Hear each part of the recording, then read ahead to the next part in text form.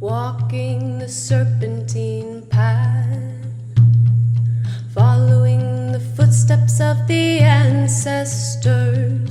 Walking the serpentine path, making our way back home. Hey ya, hey, hey ya ho, hey ya, hey ya, hey ya ho.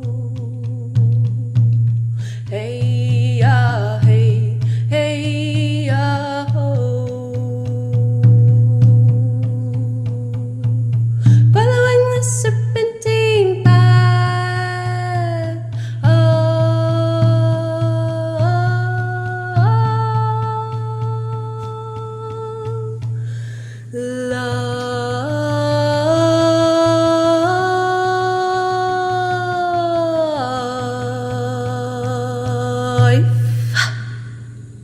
Hello everyone, and welcome to the Serpentine Path podcast. My name is Claire Waudia-Seed, and I'm a plant walker, song keeper, word weaver, artesana, visual and performance artist, womb wisdom keeper, and your guide on this serpentine path of life. Together, we'll dive deep into all things related to plant medicine, ancestral reconnection, intergenerational healing, womb sovereignty and bodily autonomy, rites of passage and initiation, time travel, shape-shifting, dimension hopping, the reclamation of our collective earth-based practices, and the ongoing, never-ending cycle of birth, death, and rebirth. Welcome to the serpentine path where the ancestors have called us back to. Let's start at the end and find our way back home together.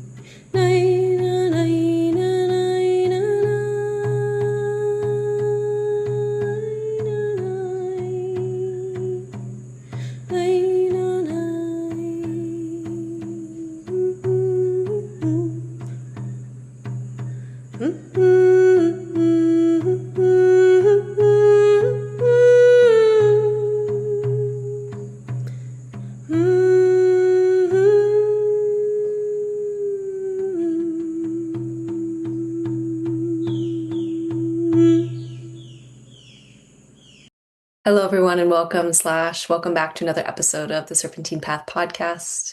My name is Claire Waudia-Seed. I'm your host. Today's going to be another solo episode. So if you listened to last week's episode, it was a big, long-winded story all about my own process of reinitiating myself into womanhood and just the common threads that I have seen in modern womanhood, the way in which my journey has been mirrored and reflected in so many women that I know, and the way in which I really do see like the massive work of modern womanhood right now being this practice and this process of self-initiation and really reinitiating ourselves into womanhood, because pretty much all of us are lacking intact lineages, intact cultures, intact women's wisdom ways that offer us the initiations and the rites of passages that traditionally, ancestrally, we would have in our midwifing from like girlhood into womanhood, into motherhood, into elderhood. There would be some elder, there would be some wise woman there to really offer us the education and the preparation and the ritual and the ceremony and the community witnessing and support in all of those sacred thresholds. And the just true reality of what modern womanhood is right now is that we just don't have that, and we have to figure out how to reweave that into our lineages. That's what women are doing right now. It's what I'm doing. It's what all of my dear sisters and friends are doing. It's what so many of my teachers have done in their lives, and really understanding what it means to rebirth a living culture of womanhood that is appropriate and applicable for the now times. It's really this understanding that we certainly cannot go back. There's no way to move backwards in time. It's also not useful or interesting or appropriate or even valuable to pedestalize and like romanticize other cultures, our past cultures, anything that we've come from, because the truth of the matter is that there are good and bad sides to everything. And so when we're thinking about, okay, well, what does womanhood look like for us now? Essentially, the question and the homework assignment is figuring out how do we pull those threads of really deep ancestral, ancient, eternal wisdom that we hold within our bodies, that we really hold within our female physiology, and how do we rebirth a living culture of womanhood that's applicable to the now times? That's what we're doing. So, this episode is going to be a story, essentially, of how I kind of came to understand what I now refer to as the five physiologic initiations of womanhood. And these five physiologic initiations are cross-cultural. They are applicable to women on every single continent, in every single territory, women who speak every single type of language, women from any kind of culture, because when we're talking about the female physiology, that's applicable to every single woman on earth. It's the same way that when we talk about like physiologic birth practices or physiologic postpartum care, physiologic baby care, we are really speaking to cross-cultural practices of what it means to be living in right alignment with the laws of nature, which is the laws of the body. And so when I speak about these cross-cultural initiations of womanhood, they're really like the most simply that we could boil it down to, right, is going to be birth, blood, sex, death, and rebirth. And it's taken me years actually to really distill all of this down and to understand, oh, that's what we're talking about when we're talking about female initiations. We're talking about the rites of passages from birth, blood, sex, death, and rebirth. And so I'm going to go into how this is all kind of come back into my consciousness because when I speak about this, I'm not sharing anything new. Please know that, like, this entire episode and pretty much everything that I ever talk about, nothing I'm saying is new. Nothing I'm saying is actually even original. Everything that I am sharing about are things that I have simply remembered from my own study of the laws of nature, one of which is like the altar of the female body and the altar of female physiology, female hormones, the female reproductive system, all of which operates on this unending cycle of birth, blood, sex, death, and rebirth. So, the way that I'm able now to really understand how I synthesized this is that, I go back to when I guess I was 27. Yeah. So about 2.5 years ago, I was living in the jungle full time with my elders, Abuelo Keruin and Abuela Maria, and with their whole family. And I was sitting in a lot of plant medicine ceremonies, working deeply with the medicine of ayahuasca. In Colombia, it's referred to as jahe. In the Kofan language, it's referred to as ufa. I was working with that plant medicine very, very, very, very deeply. Lots of ceremonies, lots of cups of medicine. And in one of the ceremonies, before ceremony, I was speaking with the daughter-in-law of my teachers, a really beautiful woman. We were speaking and sharing, and she was just kind of asking me about what my process has been in my studies with the plants. She was asking how things were going, how I was taking care of myself, if I had any questions, what was coming up for me. And I was honest with her. I said, I've been moving through this very intense process of healing so much sexual abuse in my life from childhood up until, even this past year. A lot of sexual violence that I moved through for 2 decades of my life. And I'm recognizing all of the ways in which it really, really blocked me from imagining many different parts of my life, many different paths, many different abilities and capabilities, just all of the blocks that all of that sexual violence had on my field and on my gifts and on my heart song. And I was telling her, in healing all of this, I'm recognizing why I had so many blocks around the idea of motherhood and potentially ever becoming a mother. Why I just like shut that down and said, like, I do not want anything to do with that. And when I was explaining all of this to her, what she said to me eventually was, if you want to understand motherhood and not just having your own children, but the way that you mother yourself, the way that you mother your projects, the way that you, would mother the plants when you are tending to a garden, the way you mother animals, the way you mother a home. All of that, if you want to understand anything about motherhood, you have to go back to your own birth. And when she said this, I literally did not understand what she meant. I was like, what? Like, how does that have to do with anything? And she was like, you need to go up to the altar, take your cup of medicine, and ask to be seen your birth, your birth coming into this life and understanding how you came into this world. That is going to show you what your relationship to mothering is and what your blocks are and why you're unable to birth the life that you want for yourself. And I'm really serious when I say I did not understand what she was talking about. I was like, I'm not getting the connection. I don't understand. But I listened, and it took me a while, actually. It took me like many ceremonies of just continuously holding that information in my mind of like, okay, like I have to go back to my birth. I have to go back to my birth. I have to go back to my birth. Because another thing that she said in that conversation, she said to me, when I hear you sing in ceremony, I hear so many different ancestors moving through you. I hear so many territories. I hear so many teachers and wise ones and really powerful medicine women moving through you. But I don't hear the clarity of your song, your heart song.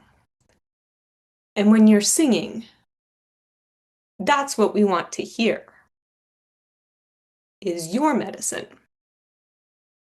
And you won't know your medicine until you know how you came into this world and you understand it. And so it was still this whole thing where I was like singing a lot in ceremony. My elders encouraged me all the time to sing. And through that process of really cleaning and clearing up my birth and understanding where I was coming from into this world and what song my heart was singing when I first entered, my voice started to change a lot, both the way that I sang and the way that I spoke. It got a lot clearer, and my visions in ceremony got a lot clearer, and I was able to drive the medicine in a really different way because I started to understand, like, I'm doing all of this stuff, yes, with the support of my ancestors, and I'm also taking along, I'm taking on a lot of responsibility from my ancestors that's not mine. I'm trying to carry their songs. I'm trying to carry their stories, but it's not for me to carry.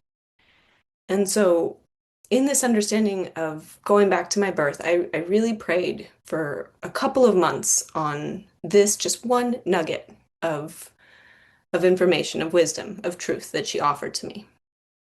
And what it really brought me into very deeply was wow, like so many stories of understanding what happened with my conception story with my parents, right? Why my soul came in and what frequency it came in on. Really tapping into what my little baby self was swimming in when I was inside of my mother's womb. What the amniotic fluid in the waters of memory that she carried in her body, what that was passing on to me. And then also my birth and my early postpartum with my mother, right? Like there were so many parts of that whole gestational process of intra-gestation, which is, the first 9 months that you're inside your mother, and then also exogestation, the 6 to 9 months that you're outside of your mother. That whole period of time, that like 18 to 20 month period that I was moving through, brought up so much medicine, so much clarity, so much understanding of my relationship with my parents, my role in my family system, my own imprints of really how I felt about life, how I felt about my place in the world and my safety and my structure and my stability. And it also just laid the blueprint for understanding so many of the wounds that I have been working through pretty much my entire life, right? Just getting clarity around, like, wow, okay, this was the blueprint of what I came in with, right? And so another part of this was first my own birth, right? And then the part that got really painful, actually, and really sad was moving through so many of the births on my mother line, right? And so I already had stories of understanding, how my mother had been born and how my grandmother had been born, and my great grandmother had been born. But in ceremony, when I prayed, it helped me understand that imprinting of my mother line and what all of the wombs of the women of my mother line have been through with birth in particular. There was so much pain. There was so much disempowerment. There was so much disembodiment. There was so much unaddressed birth trauma. And I saw how it impacted my grandmother's health. I saw how it impacted my grandmother's relationship with my great grandmother. I saw how it impacted my great grandmother's relationship with my great grandfather, and then how that trickled down into the family system. And I saw how it was still working its way through me. And so this deep motherline study of birth was profound, and it took many months for me to really wrap my head around the fact that I was carrying all of that and that all of that was coming through in my heart song, as my elder had told me. Like, it was coming through in my music in ceremony, and how I was singing and how I was expressing myself. All that pain was like still being channeled through me. And so, I sat with that for a couple months. And when I finally kind of moved through that and accepted it and made peace with all of it and healed a lot of it slowly but surely, brought me a lot of empathy for my mother line, that's for sure. Brought up a lot of rage, a lot of pain, a lot of sadness, a lot of grief, but also just a lot of peace. When I moved through that portal, I moved into my study around blood, around menstrual blood and birth blood. And I entered into this process mostly by way of the fact that I had really, really painful periods, and I've dealt with so many reproductive health issues throughout my life. I'm good now, finally, thankfully, after years of essentially self-study and learning how to care for my body, care for my womb, care for my menstrual cycle, care for my hormones, because nobody taught me any of that. But I still had really, really painful periods. And I was also moving through a high degree of both sexual and medical trauma that was being stored within my womb space. And every time that my bleed came, every month when I was living in the jungle, I was really in so much physical and emotional and mental and relational pain. And initially, when I started in the jungle, I was having all of these troubles with my cycle, and the taitas, the shamans, allowed me to drink yahe, to drink ayahuasca in ceremony. Traditionally, in the Kofan lineage, women do not drink medicine when they're bleeding. But in my case, because I was struggling with really painful cycles, the taitas said, yes, we're going to give you a specific kind of medicine called crudo, which is raw ayahuasca. It's not cooked. It's much gentler and easier on the body. And they would give me very, very small cups of medicine. And they would essentially set me up outside in my own space right next to the fire where no one could like disturb me or interrupt me. Like, it was like really like a little sacred space that they would just hold for me. And so for the first couple of months that I was there, I would drink medicine when I was on my cycle, and my cycle would heal and it would heal and it would heal. And what they told me was that my body was having such a hard time releasing and letting go. It was having a really hard time just like relaxing and allowing the blood and the tissues and the cells to just move through their natural process. And while I was in this period when I would drink on my bleed, for months and months, I got really, really crazy visions around blood and the spiritual significance of blood and um how much our modern culture has just like completely forgotten how to honor blood and bloodshed and all of the violence and unnecessary bloodshed that we have in this world, and really deepening into the understanding of like the spiritual weight that my blood holds when I'm bleeding, and also the spiritual weight of postpartum women birth blood, understanding that. And I was getting these very, very intense visions about my blood and about all of the ways that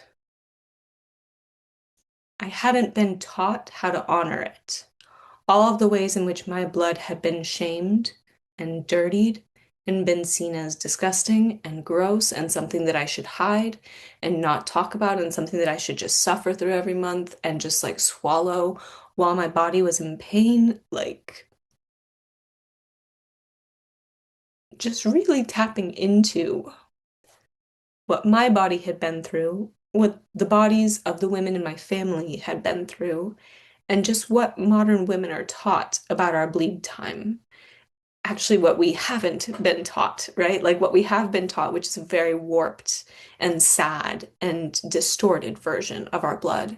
But then what we haven't been taught, which is how to care for ourselves, not just when we're bleeding, but throughout our entire menstrual cycle, how to really center our fertility, and not only for reasons of reproduction, but for reasons of what health and vitality is meant to look like in our bodies.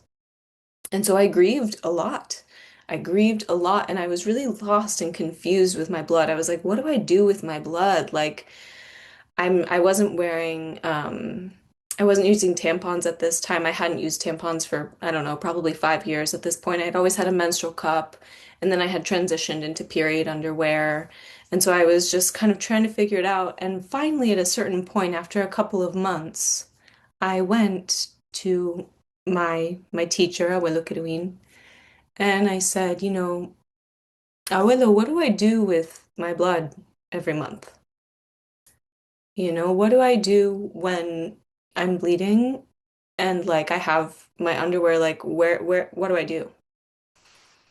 And his response was like so natural and so normal. He was like, take your blood to the river and offer it to the river. And he told me, he was like, when you are in your bleed, you're in a ceremony. Your blood is more spiritually powerful than the medicine of Yahe. You're in an altered state of consciousness, just like you would be in an altered state of consciousness if you were in ceremony drinking medicine. And so, in that way, you honor your blood ceremonially by what they do in their tradition is you don't bathe for like the first 3 days of your bleed. You just allow yourself to bleed, go through your process. You don't get cold on your body at all when your bleed is still really heavy. And then after those days, go to the river, wash your underwear clean, bathe, do a plant bath with specific plants that he gave me, to really like clear your energetic field, and just tend to yourself. Don't do anything for other people. Like, this is your ceremonial space. And so I really love, actually, I really love that it was a man who told me how to honor my blood in a really calm and casual and non-judgmental and simple way. Because so much of my shame around my blood had been around like men's opinions of my blood, and men's disgust with my blood, and men's distortion with my blood. And so the fact that my elder, right, this 110-year-old grandfather shaman, was telling me, like, it's so normal and so natural. Just go give your blood to the river every month, give it back to the earth every single month. Just do that. And say prayers when you give it away. Say lots of prayers. Say thank you. Say thank you to your body. Say thank you to the water. Say thank you to the land. and offer that blood freely. And so I started doing that every month, going to the river, and it was a really beautiful part of my whole menstrual ceremony where, usually on the third or fourth day, I'd go to the river and I'd wash and I'd pray and I'd pray and I'd pray. And I really started looking forward to it. And at this point, I didn't drink medicine when I was on my bleed anymore. I really would take my time. I would take usually like 5 days off every month between ceremonies because I recognized I'm already in an altered state of consciousness when I'm bleeding. The two hemispheres of my brain are working together. That line that separates those two hemispheres has dissolved. And so my brain is working overtime on like a superpower level. My intuition is incredibly heightened. And it got to a point with my bleed where when I was on my bleed, I could literally start hearing other people's thoughts. And I would hear them thinking things, and then I would go and have a conversation with them a couple hours, and they would say quite literally the exact words that I had heard them thinking all morning. It got kind of creepy. It got a little freaky, like how telepathic I got when I was on my bleed. I would have very intense dreams of things happening to people, and then a few days later, they would call me and tell me that that exact thing had happened. I was having just intuitions of things that were going on with different dynamics in the pueblo. And then a couple days later, when I came out of my bleed, I would understand that that exact thing had actually happened. People would tell me. So it got super intense and beautiful, right? And then when I moved kind of on from my bleed, I really learned how to center my bleed more than anything. After moving through that process, I moved into a process all around sexuality. And it wasn't a process around sexuality in that I was having a lot of sex, because during this phase, my ex-partner and I were actually separated by distance. He was up in the north in Cartagena working on his boat, and I was in the jungle alone for probably, God, 5 months, I think. 5 months. And so I was completely and totally celibate entirely. I wasn't having any kind of sex. And the kind of reframing of sexuality that was coming up was not so much around the act of sex itself, but it was actually more around my relationship with men. And I think what really shifted things was that when I lived in the pueblo, I was surrounded by so many men who were of a lot of different ages, right? Men who were my age, men who were, maybe more like a generation above me, men who I saw as like uncles, men who I saw as grandfathers. And they all really, really protected me and took care of me without any pressure or expectation for sex to be involved. And that felt like the first time in my adult life where I learned how to relate to men in a way that was not predicated upon sex and seduction on my part. And like feeling like I had to essentially trade my body for protection and provision instead of just acknowledging that as a woman, I deserve to receive protection and provision from men simply because I am physically more vulnerable and I am sexually more vulnerable. And I am also the part of the human species that is capable of reproducing and continuing the species, if that's something that I were to choose to do. And so, therefore, my innate inherent value as a woman is protected and provided for by men without me having to have sex with them.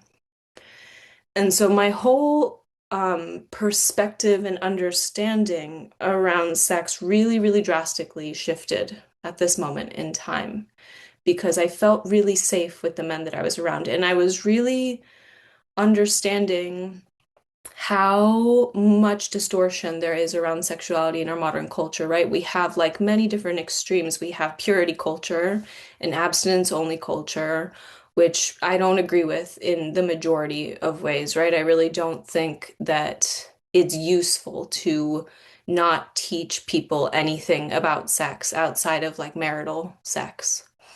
I understand like the religious implications. I also respect if people don't want to have sex before marriage, but for me personally, Not giving any information is quite negligent in many ways, and it obviously leads to a lot of distortion in itself, a lot of repression, a lot of pain, a lot of abuse that never goes spoken because people don't even understand what's going on because they were never educated with it. And so there's that one extreme.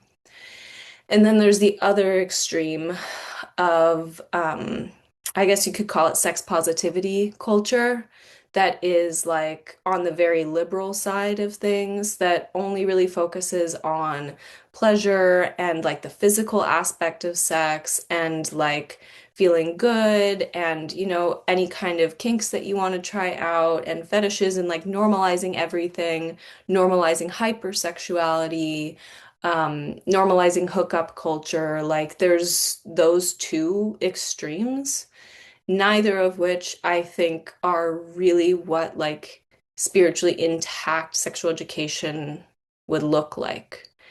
And so when I was going through this process of really, really uncovering all of the sexual abuse that I had been through in my life, I was recognizing how people just really swing from one pole to the other without really getting a clear understanding of the emotional, the relational, the spiritual, the energetic impact of what it is to share your body with another person in like the most sacred and most intimate way.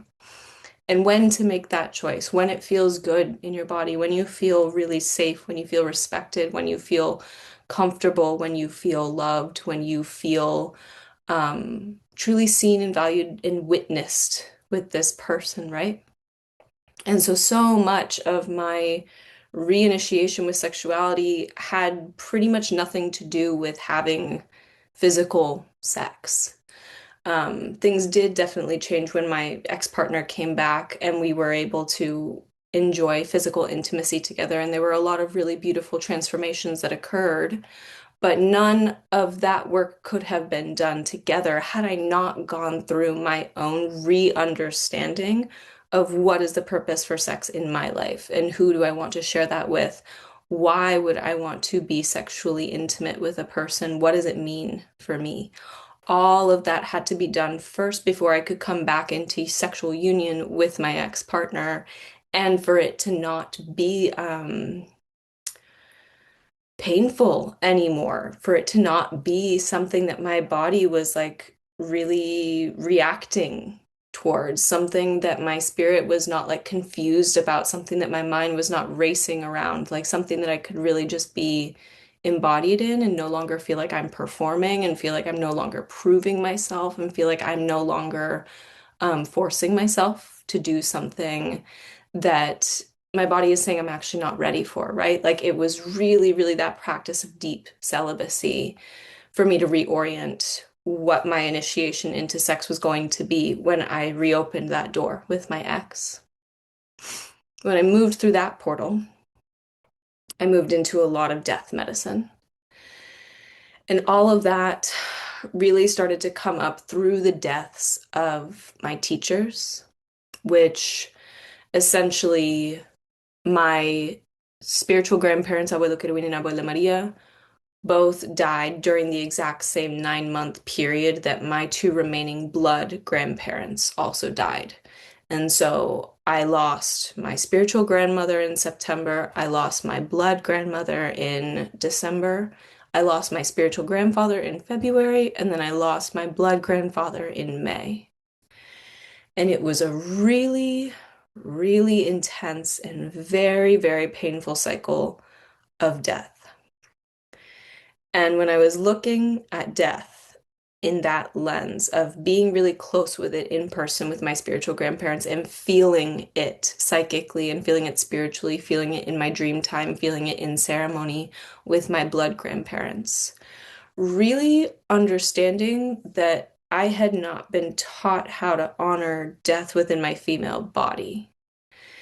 And when I was tapping into the discomfort that I had around death, I had to look at the way in which I felt uncomfortable with the idea of death that is held within my womb. So the death of my blood every month and the possibility of a child being born. I had to sit with the fact that I wasn't taught to honor that every single bleed. when I thought about death and a lot of the women that I had known who had experienced pregnancy loss through either miscarriage or abortion. I had to sit with the reality that our culture holds no reverence for that. And it doesn't midwife women through the motherhood portal that would be like the death mother. And so much of that actually came up because I had a lot of women coming to the jungle and I had a lot of women calling me from back in the States, and I was doing consultations with women, many of whom had gone through miscarriages and abortions. And they were still really stuck in this maidenhood part of their journey when they just hadn't realized that they had actually crossed the threshold into motherhood with that pregnancy. And I was seeing the ways in which they were psychically severed and fractured and essentially stuck in timelines of their maidenhood when their body had already initiated them into motherhood through the pregnancy. And then I was also witnessing the way in which death in a woman's body really cannot be honored in our modern culture throughout the process of moving into menopause. And I was just thinking about all of the women in the United States who are in, their late 40s, early 50s, and who are being taught that their transition into elderhood, their transition into grandmotherhood, their transition into the village crone, the village wise woman, is something that is not valuable, is something that actually devalues them, is something that takes away from their financial opportunities, their professional opportunities. It takes away from the personal connections that they can make because they're no longer seen as valuable. And so I was looking at these versions of death in the female body that are not respected. And I was seeing how that disconnection of death medicine was being reflected in how I was processing the death of my elders, my spiritual elders and my blood elders. And every time that my bleed came, it was like almost a reset where I got to just get really quiet and grieve really deeply. Just grieve the reality of how painful death is and how unavoidable death is and how death needs to be honored. And so my bleed every month really brought me into a ceremony of reverence, a ceremony of grief and of mourning and of understanding, okay, like this is my space and this is my time to bleed all of that pain from my spirit, right? To let it all go and to just die and die and die and die and die. And I also went through a process with my ex-partner where I essentially conceived a child with him. And I felt that conception occur in my body, and I felt the process of implantation occurring. I felt my boobs getting bigger. I felt implantation cramping in my uterine wall. And I remember being in a ceremony where I just felt life enter into me, and I felt this blueprint of mother come online. And I remember being in the ceremony and being like, oh fuck, I think that I might have potentially gotten pregnant. And I felt spirit babies floating around, and I felt myself in this realm of life and death. I hadn't yet gotten my period.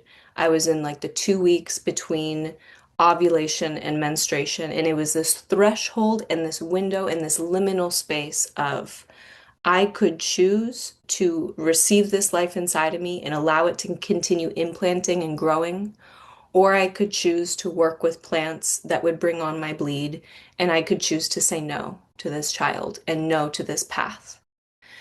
And the choice was very easy for me. I knew I was like, we have no money. We're in the process of trying to figure out where we would live. We don't have any visas. We're not married. Like, this is not how I would want to bring a child into the world. And so I really didn't even think about it. I was like, I work with these plants every single month to bring on my bleed. I'm going to work in very deep prayer. I'm going to be communicating with the spirit baby. I'm going to be communicating with my whole lineage, and I'm going to say no to bringing this life forth. I'm going to call on death in my womb space. And I didn't even tell my ex-partner about it at the time. I was just very clear, like, this is not going to happen. And so I prayed and I prayed and I prayed, and I worked with the plants that I work with every month to bring on my bleed. And my bleed was just a couple days late, maybe 2 or 3 days late.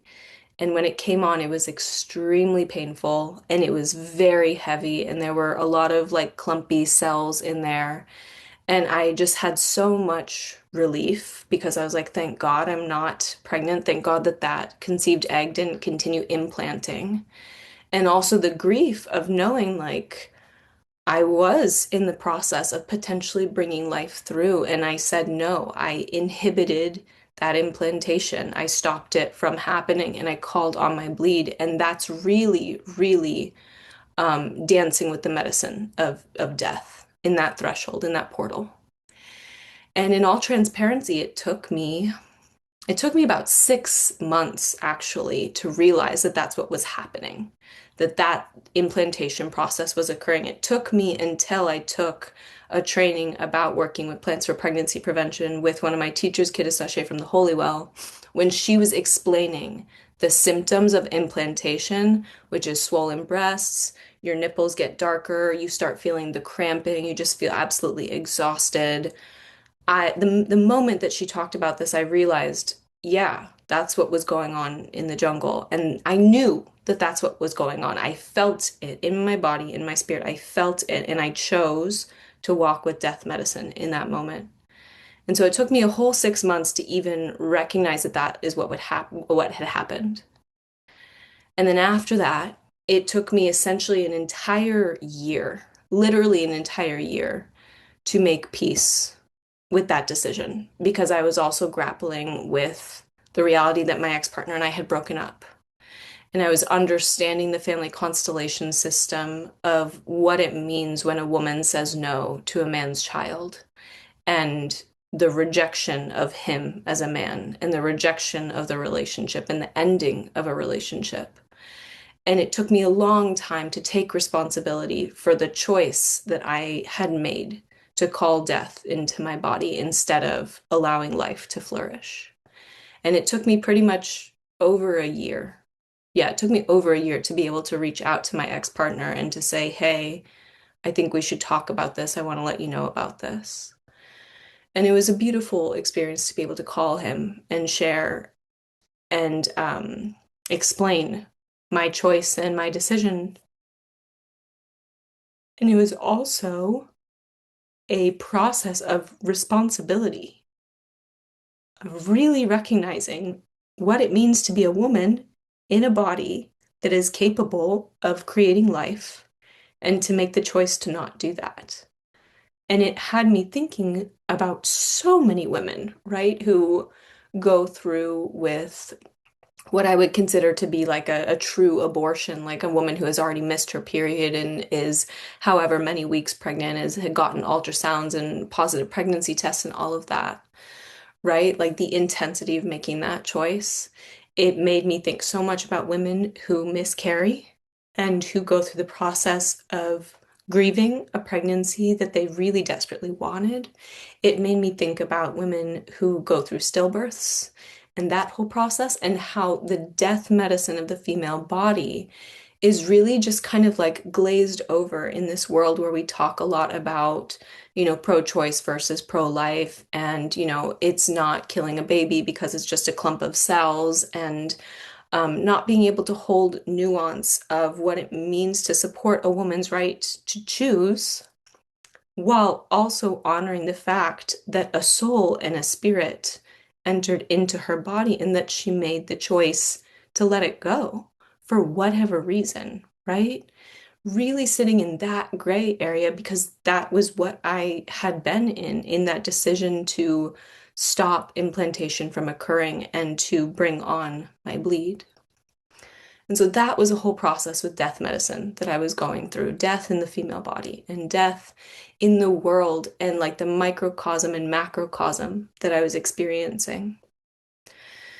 And then the last part of this whole initiation was really understanding the medicine of rebirth.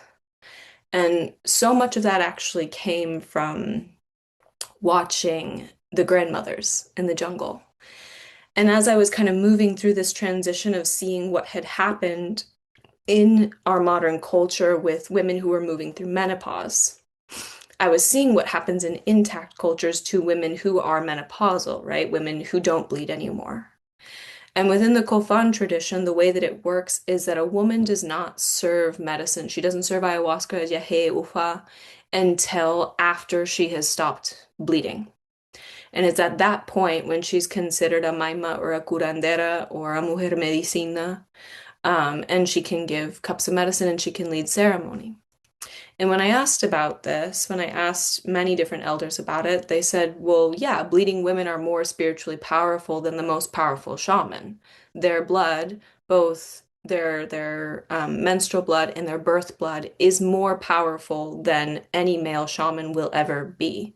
And so she's already holding so much spiritual power. She doesn't need to serve a cup of ayahuasca.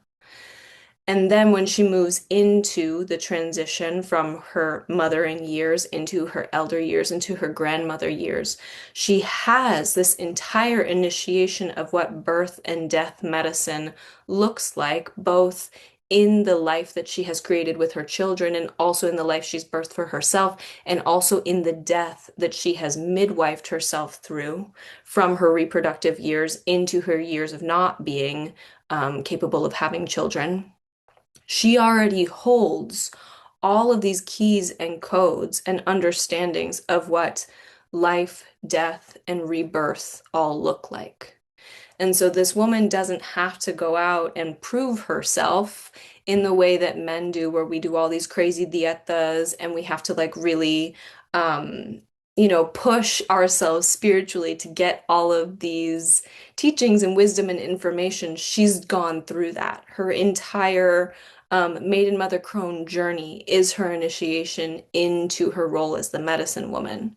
And so when I saw the women in the jungle, the grandmothers in the jungle, and how they walked and how they moved, and the role of matriarch that they carried in their family, and understanding that she moved into that because she stepped away through the portal of her reproductive years into the years where she was pouring out her medicine, not through the birth of her children, but through the birth of her I would say really like spiritual mastery, right? Like that's when a woman is the most powerful for the Kofan people and for many intact lineages, is actually when she's moved through menopause already and she's on the side of being the village oracle, right? The community orienter, the lineage visionary.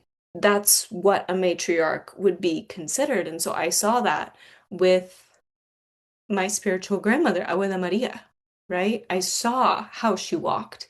I saw how she really just gave no fucks. Like this woman was so fiery and feisty. She was just a little dragon. She was so clear. She was so direct. She was so honest. She was so no bullshit about what she knew was right and was true. And she spoke it without holding back ever. I never ever saw the abuela like hold back her opinion about things when it really mattered. She wasn't just talking unnecessarily, right? She really spoke up when she was like, no, this is what is going to happen. This is unacceptable. This is not working. This is what needs to change. I am telling you, as the grandmother of this pueblo, of this village, this is how things are going to go down. And people respected the shit out of her. Truly, they were like, this woman knows what's up. And when she died, which was a very sudden and very shocking death, what I heard people say in the pueblo for months after her death was, when una sabia, which means when a wise woman dies, it's as if an entire library has been burned to the ground. Because that's really the depth of spiritual wisdom that she carried. That's how people saw her, right? As a living library of traditional wisdom. And so moving through her death and seeing how it was experienced in people also showed me the process of what the next matriarch of the Pueblo was going through in her rebirth. A woman who had recently gone through menopause, a woman who was coming into her role now as the community grandmother, as the village matriarch, and what her growth process was looking like. And so I got to see it actually. I got to see the rising of a female elder and her rebirth process into what womanhood was going to look like. And when I saw her rebirth, I was thinking about the way in which women are constantly rebirthing ourselves, right? Every month when we come out of our bleed, we are rebirthing ourselves. Every time that we go through really, really intense breakups or losing our jobs or, completely transforming our lives, moving across the country, whatever we're doing, women go through this insane process of rebirth. When women go through pregnancy and postpartum, it's a massive rebirth. And then, of course, when women are going through menopause, their biggest rebirth of all. And all of these blueprints of what it takes to be able to get to the place of rebirth. It requires all of the other initiations, birth, blood, sex, death, to be midwifed and cared for and tended to for her to get to the phase of spiritual rebirth where she can show up as the most powerful leader of her people, orienter of her lineage, community oracle, right? Like all the ways in which those initiations set the stage for her to come into her elder years with the most power that she can possibly wield responsibly, lovingly, with care, with respect, with devotion, not just to her people right now, but to her entire lineage, 7 generations forward and 7 generations back. And so it was through all of this that I was kind of understanding, okay, these are the initiations that women move through. And we naturally move through them. Our bodies initiate us through them. It's not as if we have to like prove that we've become women. Our bodies already did it, right? But our psyches didn't necessarily receive the community witnessing and the landing and the grounding and the attention and the understanding of what it means to arrive at that place of initiated womanhood. And so that was the whole process of it in the jungle, right? Then I end up back in the United States very much against my will. I didn't want to come back here, but I'm here and I'm making it work. And I had to see all of the ways in which I was going to put those 5 physiologic initiations into practice in my own life, and how I was going to make them applicable for modern womanhood, and what it means for us to embody these initiations, self-initiate, re-initiate ourselves into a version of maturated, healthy adult womanhood where we're online, where we are intact, where we are available, where we are fully in our power and in our center, in our voice, in our truth, in our authenticity. And it's been essentially, a year and however many months since I've been back of this study, of this really, really deep study of, okay, how do we bring women back into this blueprint of our physiologic initiations of womanhood? How do we realign with the laws of nature that are held within the altar of the female body? How do we create or really recreate, birth and rebirth, all of these versions of womanhood that are alive in our ancestries, and how do we make them applicable to the now times that we're living? And so that's been my deep study this past year. And I have a lot of thoughts about it. There's like so much that I'm going to continue saying about all of this. I've been writing about this a lot on my Substack. If people subscribe to my newsletter. I've been going deep into all of these teachings, and I'm also going to be teaching a free class all about this. It's going to be next Tuesday on February 3rd at 4 p.m. Pacific Standard Time, 5 p.m. Mountain Standard Time, where I will be, or 7 p.m. Eastern Standard Time.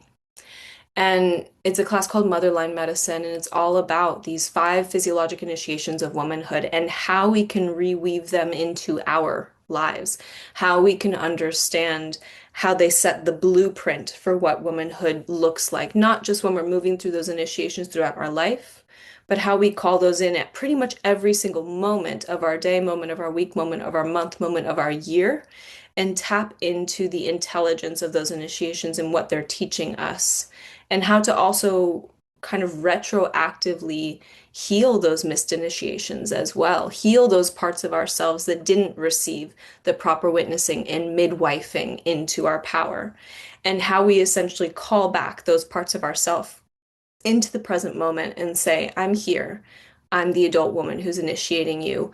I can help you time travel through this portal and I can help you arrive here and intact. So that class is going to be next Tuesday, February 3rd. I will have the link in the show notes. And I'm going to keep talking about all of this, these ideas of what are these physiologic initiations? What are the female rites of passages? How do we reinitiate ourselves so that we can come online fully? So continue following along with my newsletter, with the podcast, and I would really, really love to see you guys in class as well. Thank you so much for listening to this episode, guys. We'll see what comes through next time. Ciao, ciao.